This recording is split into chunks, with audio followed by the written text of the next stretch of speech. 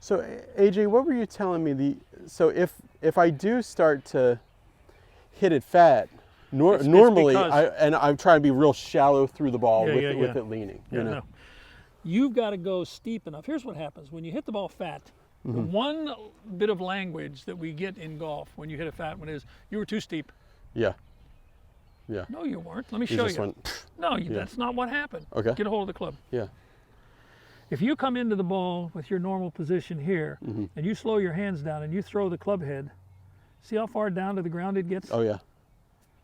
That's what causes the fat shot. Hand stopping. Even slowing down 1 mile an hour, and this happens. Yep. But when your hands are continuing to be faster than the club head, it's up here, isn't it? I think that's what I did on that thin shot I hit. Yeah. And you've got to always be coming downhill, because when the ground is here behind the ball, the club's got to be above the ground coming down here to hit it. Not ground level early. Yeah. Downhill, turn the face over the ball. All right. Straight line downhill like the nail. See the nail tilted downhill? Yeah, let me. Downhill? That's a downhill, isn't it? If you're going to drive that nail downhill at that angle, you wouldn't worry about the ground back here, would you? No, no. You wouldn't be near it, would you? No, I just... Because you're coming downhill. You're not coming level with the ground early. See, another thing in golf is that folks think they're being responsible when they say, well, I'll get it close to the ground before I get to the ball to make sure I can hit it. Yeah. Wrong. Yeah. You need to be above the ground on the way down. Okay. And take the top over the bottom. Don't try to put any backspin on it. Your job is to put top spin. Hello. That was a good one. Yeah, I hate when that happens. I have no, I mean, I'm just trying to hit it low. I have no swing thoughts. That's right, and you should. Which you don't is nice. need them. Yeah, which is nice. You don't need them. You have a task now, don't you? The task is to hit it like in a certain way with your two hands, isn't it? Yeah, especially your right hand. Apply that tool to the ball that way, and as low as you can hit it.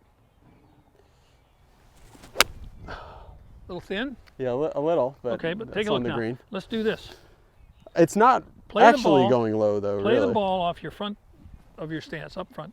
Okay. And still hit it as low as you can hit it, because sometimes you have to stand that way because there's a tree in the way or something. Yep.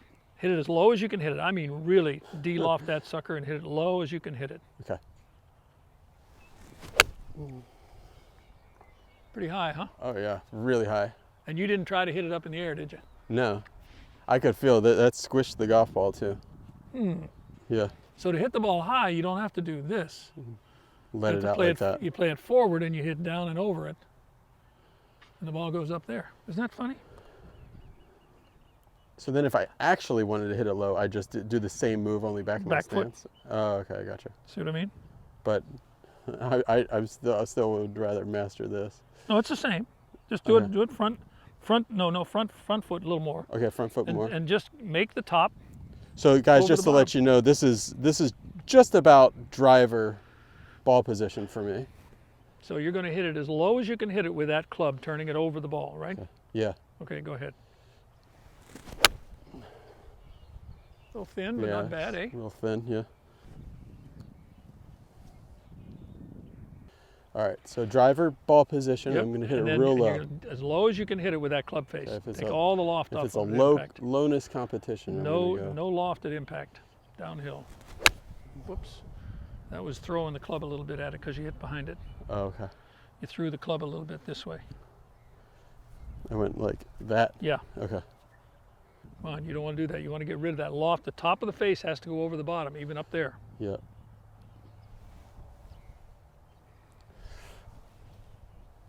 Okay. No loft at impact. No loft at impact, and let it turn over after that.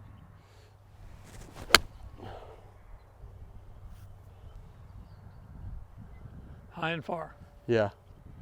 So to hit the ball high and far, play it forward, try to hit as low as you can going downhill. That goes way up in the air and it stays there for like an hour or 2 hours. Yeah, yeah. You know, and every minute that it's up there hanging, it's going further forward. Every second. Go ahead, I want you to do one more. Yep. All right, so it's about driver ball position, AJ, and I'm gonna hit this as low as I can. There you go.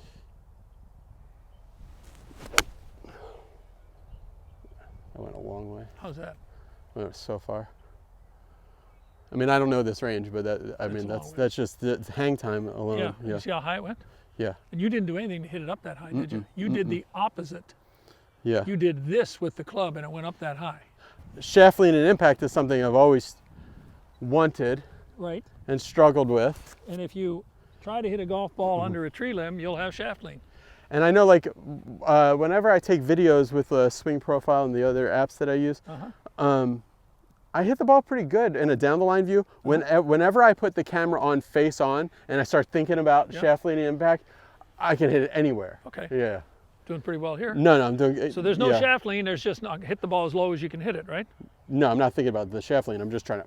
Right. Hit it as low as you can. I'm just gonna, like, if there's a pool noodle there and I really want to get under it. That's your task, is to hit it low. Yeah. Oh man. See, when I try to hit it low, sometimes I really. No. You didn't. The thing moved out this much. It moved out this much. Yeah, It right. wasn't some big thing you did here. Right. The mistake was in your hands. You went just out this way a little bit. Okay. You went from here to here. Yeah, right. It's not a very big mistake. You didn't make it just because you hit it on the heel. Yeah. It's hand-eye coordination issue, not a swing issue. I got you. You find the ball with that tool in your hand, okay, and hit it with the toe of the club on purpose. See, if you had to hit the nail and you had to hit it with, see, there's nothing of value. Let me show you this. Yeah. There's nothing of value in a modern golf club back here. Back where? Here, toward the heel of the face. Yeah, There's nothing of value. There's no value in this part of the club face back here. Okay. With the old clubs that I grew up with, because I've been playing 65 years, the old clubs I grew up with, they didn't have toe weighting. Yeah. The sweet spot was about this far from the hosel. Yeah. And the hosel itself was like It really wasn't long. long. It was just big. Yeah, but it was just here. fat. But there was very little weight in the toe. Right. So the this sweet thing, spot would be closer. the sweet spot was here, so you had to hit it here, which was very close to shanking it. That's why I used to say shank is about, just a half an inch off a perfect shot. Golf is hard enough. No, but see, the new clubs, all the modern clubs, have the toe weighting out here. Yep. This is where the best part of the face is, out here. Oh, okay. Not here. You see that in the wear out spots in the tour players? Yeah. Yep. So you want to be able to do this. Wear that thing out there. Yep. Okay? And that's a matter of just hand-eye, saying I got to hit it more on All the right, toe. so a little more on the toe, and this is going to be a low one. That was good, AJ. Damn, that was good. Wasn't that a nice low shot? No, it was not low. It's high and far, isn't it? It was high and far.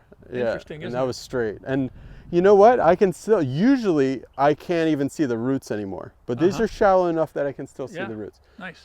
I did want to get some time in on, because everybody always seems to think that the driver is so different. No different. So I'm going to pull that out now. Okay. I want you to take that face and hit it as low as you can hit it, the same way you did with that iron you just hit. Okay.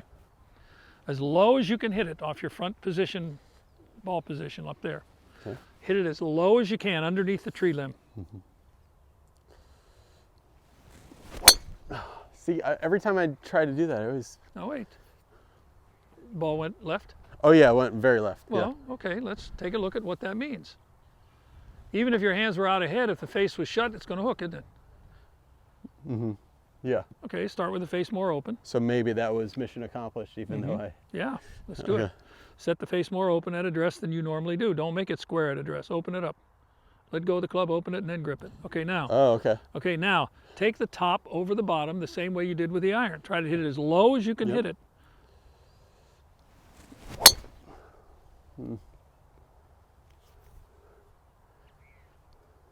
How'd it feel? Not good. Where'd it go? It felt glancing. It went Right? down the left-hand side and then sliced. It would have been in the just barely in the right rough. Open it up. Look, open up, but Yeah. still do this. Keep it open that way. Don't have to swing left to do that. I just want you to take the top, look, the top over the bottom when you hit it. Okay. Now look, don't do that with your arms. Do it with your two hands at impact, not back here. Okay. Here, when you're here, you want to have that thing in that position. Okay. You don't want it to be here, because that's closed. Okay? Yeah, because when originally I was thinking I would just like hit smother hooks, but you're saying don't do this because. Well, do it from Do out front. this. There you go. Okay? Okay, so Take the forward- top over the bottom. The top of the club face over the bottom as you hit it like a ping pong top spin. Hit it good, but it was a hook. Okay, do it again. Face is closed. Open the face. Yep. Aim a little more to the left. More to the left. Up by your front foot more. There you go. Now open the face more. Okay. Right, now swing right down your foot line with that face top spinning the ball and see what happens. It's straight, but it's just a weak fade. Look. Yeah. Top over the bottom. What are some of the... Here's what happens when you get the driver in your hand sometimes. Yeah. Is you lose the idea that you had hitting it under the tree limb. Uh-huh. And you do this instead. You know, I can feel it. I can feel it's doing that, yeah. And that's not it doing it, that's you allowing it to happen. Okay. By slowing your hands down. Okay. So make that right hand go forward and top spin this ball through impact. Pretty well hit there, wasn't it? Yeah, that was a good one. That was hit hard. Now, that was not exactly it, but man, that's so much close, better than the other ones. Yeah. Yep.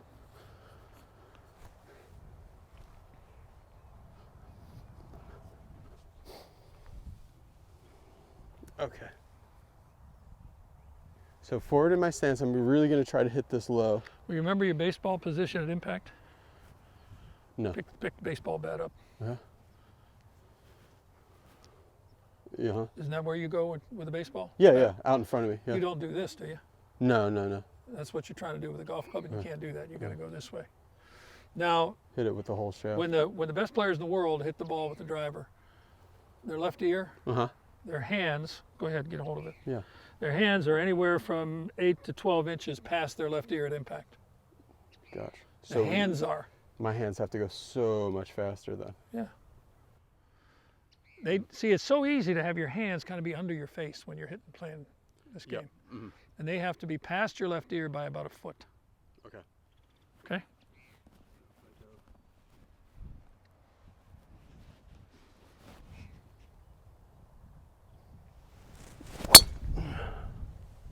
No. That's a solidly hit shot. It just was hooked.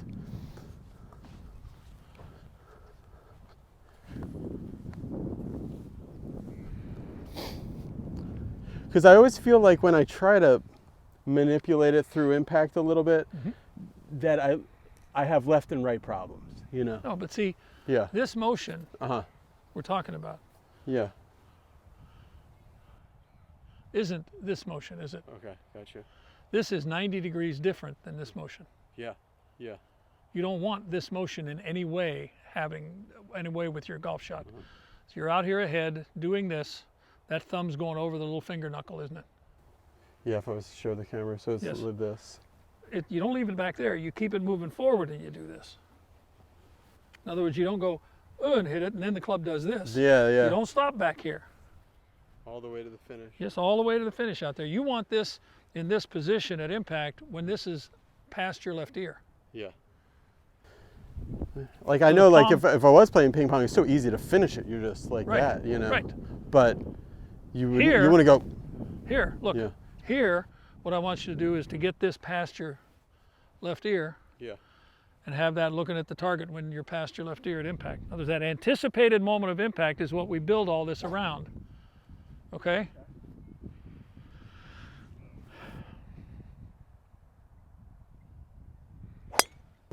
Killed that ball. Yes, you did.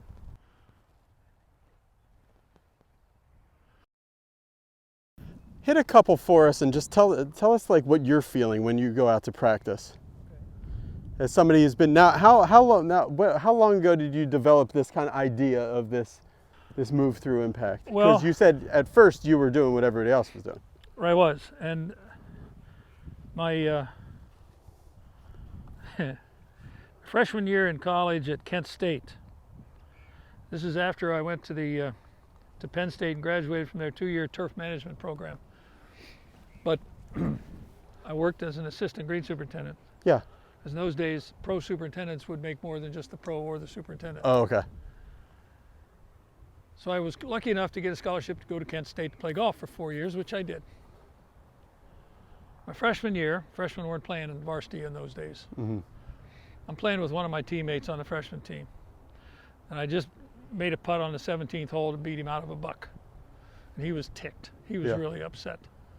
So we get to the next tee, and we had these wooden cubes, 4x4-inch cubes for tee markers. Yeah. Okay. And it was flat on the ground there with a flat side. He walks up with his driver and he goes, son of a, and he was going to hit the thing. Uh-huh. Now, mind you, at that point in my life, I was the golf swing guy. Yeah. Yeah. It was all shoulder The ball turn gets business, in the the way. ball gets Yeah. in the way of the swing. Yeah. And I didn't understand why it had to be that way, because every other sport I played, I was pretty good at. Yeah. There weren't mysteries in baseball, were there? No. There weren't mysteries in ping pong. Yeah. You missed, you missed. Yeah, it was you. You just practice missed. more. Yeah. In golf, there was some golf swing thing. So when I watched him take that swing, almost hit that, I went, wait a minute. If I took my driver and hit that thing, I would never have a golf swing. I'd just hit it with the stick, wouldn't I? Yeah. So I put it up there and I went, I didn't hit it, but I said, I'd never miss it. So I teed my ball up 6 inches away, took my driver and went, made my golf swing. Yeah. And I went over to the wooden thing and I went, I don't do that. No all golf that. swing. Yeah, I don't do all that. Yeah. I went back to my room. This was 1964. Went back to my room at the dorm, and my laundry bag was there. I pulled the string and put it in the top of the cabinet and held it there on the ground. Yeah. Took my 2-iron, I started smashing it. That's when I invented the impact bag. Oh, okay. And I just hit it with my 2-iron every day. And I hit that, and it took me a long time to understand what the difference was. Why wasn't there a golf swing when I hit my impact bag? I just hit it. Because when I hit the impact bag, I hit it with the golf club, didn't I? Took the golf club and I went wham, and I hit it with the golf club. And I didn't do this with it. No. I just hit it like that. Yeah. So there wasn't any golf swing, was there? Mm-mm.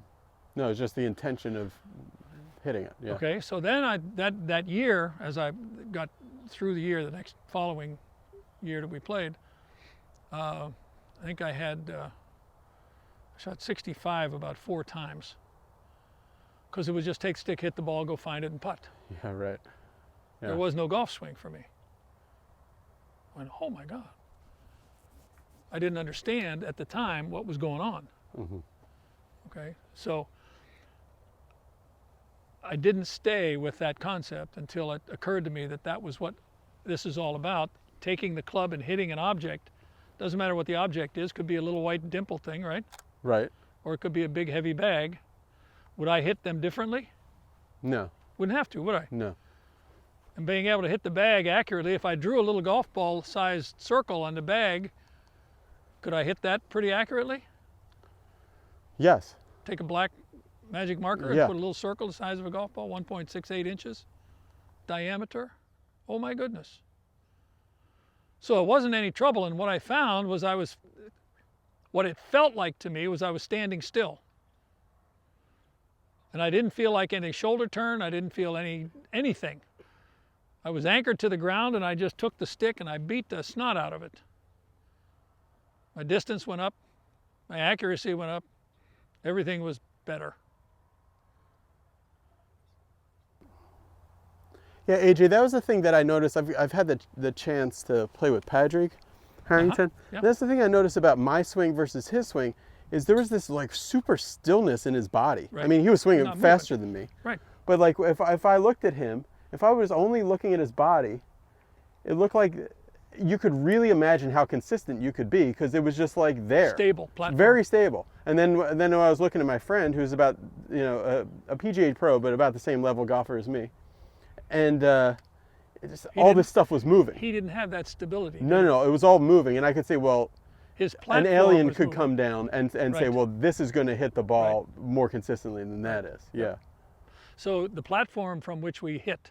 If you think about our body as the engine, and we think about the club face as the transmission. Okay. Is that a fair? Yeah, it transmits the energy to the Right, ball. right. So it's a transmission. Uh-huh. Regardless of how big your engine is, you need a very non-slip transmission, don't you? Yeah. You don't want your transmission to slip at all. No. When you make the face back up this way or come in this way, it slips off the ball both ways, doesn't it? Yeah. When you make it come through this way, rotating this smoothly, Okay.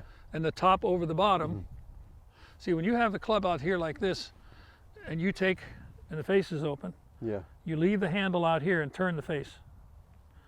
Not only did you turn the toe, but the top went faster than the bottom, didn't it? Can't see that. This Yeah. is catching up and passing It is. the Yeah, bottom, yeah. isn't it? So it's going faster. Okay. Oh, so the turning makes it go faster. Yeah. Okay. So you're getting two things. You're getting speed on top and speed on the toe. And you're hitting the ball with much more force. You have a greater transmission, Right. a greater, more efficient transmission, don't you? Yeah. So if you don't happen to have much speed, which is me, I don't have much speed, never did, Yeah. either running or throwing or any of that stuff, even though I played all the sports and even played quarterback. Right. But I couldn't throw the ball very far, Yeah. okay? Yeah. John Daly, I understand, can throw a football 90 yards. I heard that. Either yeah. you have that hand speed and that body, or you don't. Yeah. You can either do that or you can't. You can't train somebody who throws at 30 feet or 30 yards, Yeah. and all of a sudden you got a guy throwing at 90, and you go, well, what do I have to do that? You got to get born again, Yeah. right? Yeah. Because I'm afraid you didn't get it when you got born, It's not happening. right? So for a guy like me who is not a high-speed guy, the importance of the quality of that transmission is clear, isn't it? Yeah. I need a great transmission. I don't know anybody in golf that doesn't. Yeah. And my treatment to my students is always about the transmission, not about the engine, because we can't fix the engine and put supercharger on it. Okay. Yeah. We can only use the tool with our particular way of using. And if we use the tool the right way, we get extra benefit from the tool, don't we? Mechanical advantage. Yeah. So having the tool, I can make some kind of contact here for you. That was a little thin, wasn't it? There we go.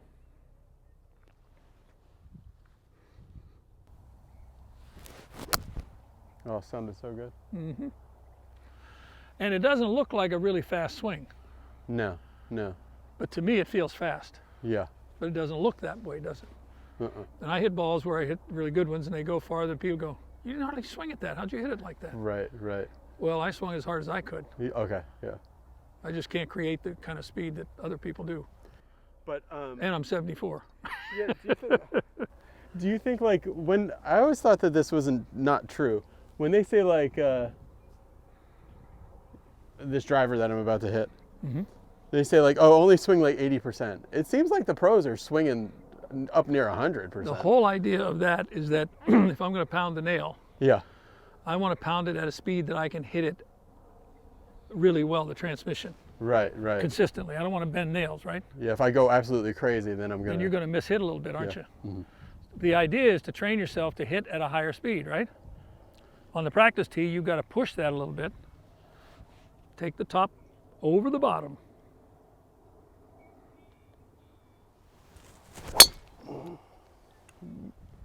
Sounded good. Yeah. It's long, but it is left, which is Okay, well then with the this face is with a this little- move, I almost always hit it left. Well, that's okay, but Yeah. what you got to do is take the club, Yeah.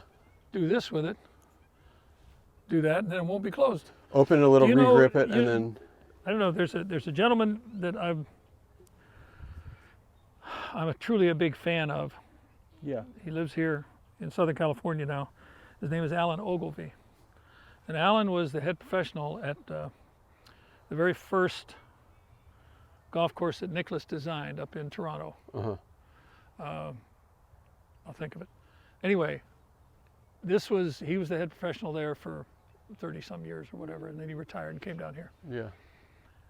His name's Alan Ogilvy, and he's a wonderful guy. He's in his 80s now, still hits the ball unbelievably well. But I got a call from him one day, and we were talking, and he said, I want to come and take a golf lesson from you. I said, well, you know, we have professional courtesy. You come over anytime you want. He said, no, I want to take a lesson from you. Yeah. Okay. Now, this is a guy who owns the Open Championship of every one of the provinces in Canada. Okay. Okay. Yeah. Where he won the championship at least once in every one of the provinces. Oh wow. Good player, no? Oh yeah. Okay. Oh yeah.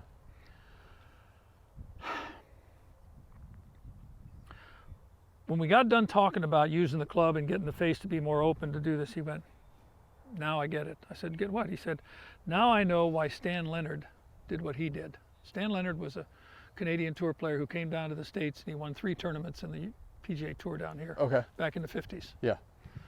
And he was a good friend of Alan. And he said, Alan said Stan Leonard was the only guy that I ever knew that never had a bad ball striking day. Only pro ever that I knew that never had a bad ball striking day. Yeah. What he did was, he set the club up, he'd get the neutral grip here, and he set the club up like this. Let me do it at the camera there. Yeah, please. And then he did this. Do that again. Okay. See that? Cupped my left wrist. Yeah. Rotated the shaft open. Yeah. And then he just kept it in that position all the way back and down, and he just killed it. And he couldn't ever put a big hook on the ball because with that. If he had to, he could make it work that way. But the idea is that he set it in a position so that no matter what, it was open enough that when he hit it and killed it, it just went longer and straighter. So I'm just going to grab it. Open it like 10 degrees? Oh, more. Cup it. No, just cup it. There you go. Just like there that. you go. Yeah. Open it like that.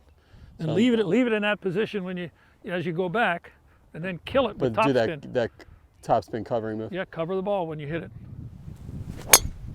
Oh, I killed it. Oh my gosh. That's in the swamp past the range. Huh, imagine that. But do you see why it works? Well, it gives me, if I do this, Yeah.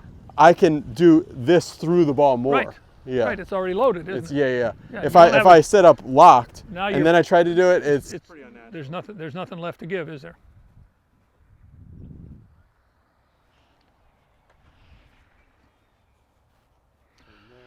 So you don't have to swing to right field anymore, do you? Because your ball doesn't hook now.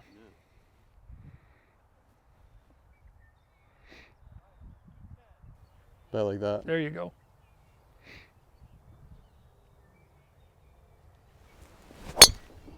Oh, man, I killed that one too.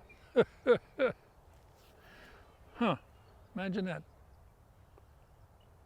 That's in the swamp again. So you get to hit the ball as hard as you want to without worrying about hooking it. Yeah. Wouldn't that be a plus? Yeah, I mean, I was in the lead for the city championship in Long Beach, the A flight anyway, a couple years ago, and I was playing great the first 2 rounds, and I got this snap hook going on the last day, and I scrambled. I had to scramble my butt off just to get second place, but I had a 5-stroke lead, so I was really upset. Yeah. That opens it, doesn't it? So you're saying, so just set up normal and then kind of like cup your wrist and open that's it. Yeah, open that like by cupping your wrist like that. That's it. It's the opposite of what I'm trying to do right, through the ball. Don't be moderate about it either. Okay? This is a lot. Leave it in that position and kill it. That's in the right side of the fairway. Yeah. I mean, that's not going to hook. That would be like that would be the one I would do with treble left. Right. I would just be a lot. Right. And then it's not hard to do, is it? no. It's just a little hard to think it's a good idea. There's Right? so few Really? swing thoughts. All right, so I'm going to really kill this one here. Let's just. So I'm here. Right? Yep. Cup it and leave it there.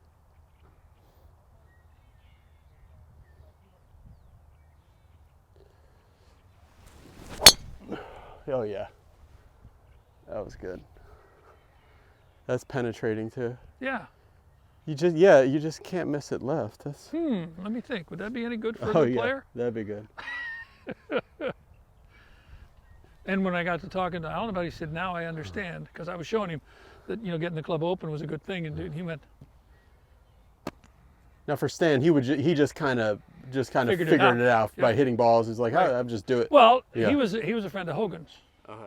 And Ben Hogan's secret was this: At the top. cup the wrist at the top. So then, yeah, he could go as hard as he wanted. And he couldn't hook it. Yeah. So you're just saying why set up normal and then try to cup it at the top? Just do it right now. Just do it right now. This is a bad ball, but then leave it there. Just leave it in that position all the way back.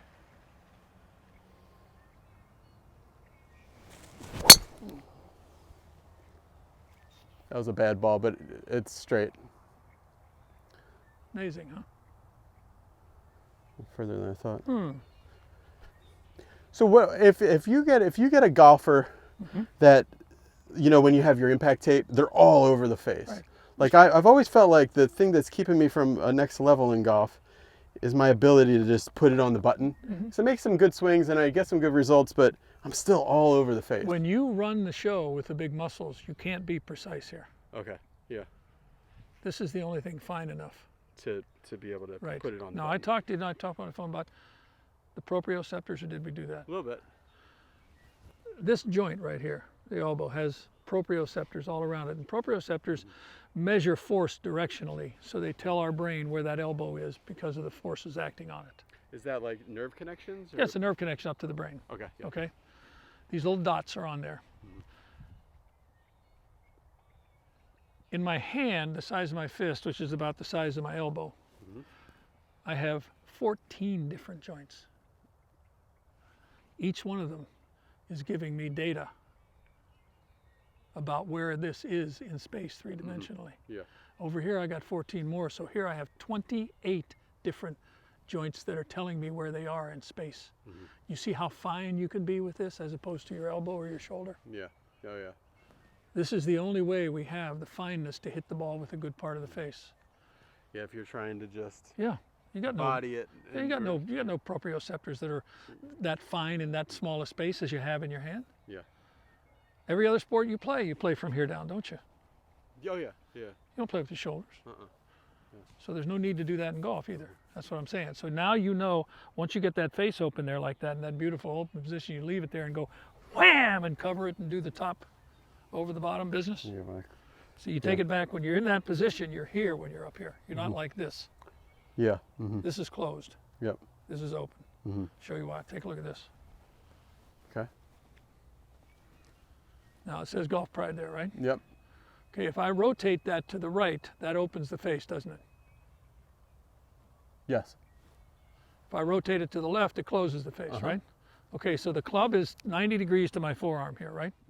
That's the way it is throughout the backswing, right? And the downswing, 90 degrees to my forearm. If I want to open the face and make sure it's not shut, this is what I have to do. The left wrist is cupped and the right wrist is flat. If I make my left wrist go like this on the backswing, what have I done to the face? What was that? And then you've also lessened your ability to add closure or add add closure and top over the bottom. Yes. If you're maxed out Right. this way, I can't go any more this way without doing something weird, Right, or you know.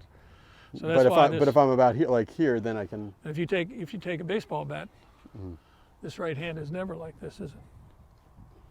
No, no. It's like that. Yeah. Yeah. Okay. Yeah.